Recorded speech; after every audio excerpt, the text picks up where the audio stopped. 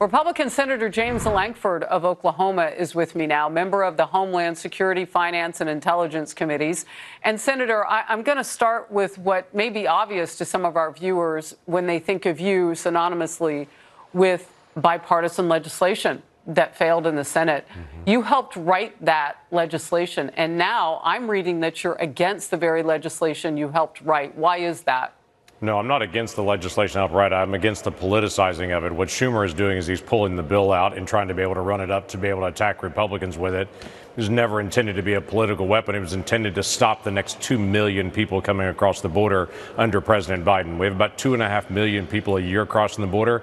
I'm willing to work with anybody that is willing to make that stop.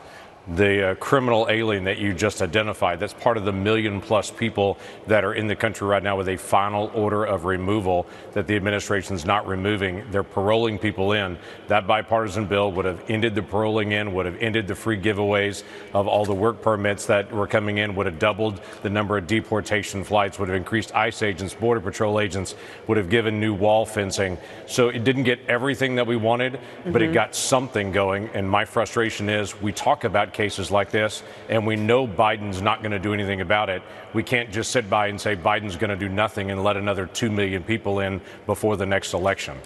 Senator Lankford, I am curious to know how hard the push was from you and potentially other Republican senators inside the Senate to get Chuck Schumer to look at H.R. 2. I mean, that got pushed to the Senate. It left the House. I know Senator Blackburn and I have had this discussion, how long it sat out there from last May of 2023 and still sitting there now. How hard did you push to take a look at that Republican-led bill that came out of the House? Well, we've actually had 2 votes on H.R. 2 in the Senate. Both of those votes failed. We didn't even get all the Republicans on that bill. We got 0 Democrats on the bill. And as your listeners know, because they're very well educated, we've got to get 60 people to agree to something in the Senate. In the House, they passed it with a simple majority, and they barely passed it. In fact, they didn't get every Republican on it in the House either, but they barely passed it in the House. It came to the Senate. It did not get a majority in the Senate. So, yes, we tried it twice. So my challenge is we can either do nothing, do something, or try to get everything. H.R. 2 is everything. We couldn't get it. I don't want to just sit and do nothing while another 2 million people again get in. I want to do as much as I can to be able to stop as many people as I can coming across that border right now. Yeah, and meanwhile, as you said, Schumer and other Democrats are basically weaponizing, the whole idea that we're in an election year. Okay, President Biden yesterday announced a move that's let more than 500,000 people that we're learning now who are not American citizens stay in the country because they are married to a U.S. citizen. The new program, so it's being called new, although I think that issue gets hit by other law. But anyway, this new program makes green cards easier to get for spouses or the children of those U.S. citizens in those households. This new border action just months before the November election, obviously, and the president is promising he's not playing politics. Watch.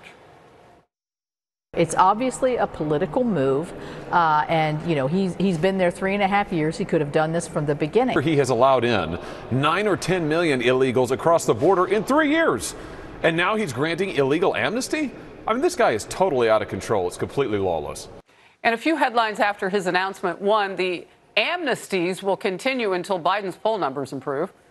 Biden sees Obama's DACA and raises. And with his colossal border failure, Biden has engineered Trump's amazing comeback.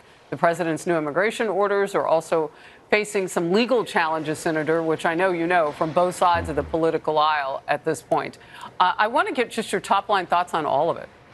Yeah, it's a mess, obviously. More than 10 million people have illegally crossed the border because of 94, now 95, with the actions this week, executive orders to open up the border and to announce to people worldwide, if you get to America, we will let you in and we will eventually give you citizenship. The Biden administration is also directly violating the law, and they know it. That's why they're doing it right before the election, is they want to make this an election issue, and they also know the courts are going to throw this out because the law clearly states States, you can't do parole on someone currently in the country. They have to be outside the country. So this administration is just declaring people outside the country and then giving them parole and then giving them this legal path to status. They know it's against the law, but they just want to make this part of their electioneering on this. So the best thing that we can do is announce to the world the border is closed and tell people we still allow legal immigration into the country. We like, as Americans, legal immigration. We just don't like things that are illegal. That shouldn't be irrational. You know, I'm wondering if you don't close it for a period of time to play catch up. I mean, that number that you gave of the 1 million people who already face deportation notices and refuse to leave, and we're not pushing them out, that's startling.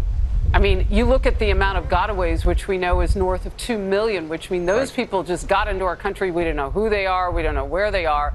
That's alarming. We have a lot going on that we need to play catch up on. Just real quickly, had you passed that bipartisan bill, could you have stopped any of what we're seeing right now? Because that's what Democrats are arguing. They're saying, well, if they had passed this, and that's what the president is saying, if they had passed this, then maybe, you know, Laken Riley and others would be alive. What's your last word on that?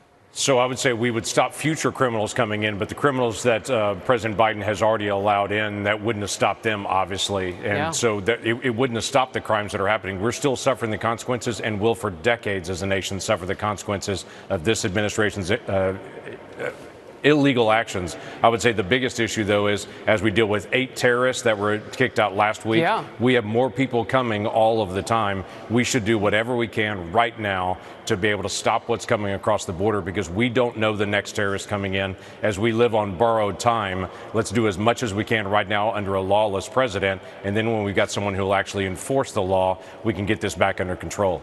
Senator Lankford, appreciate your time. Thank you.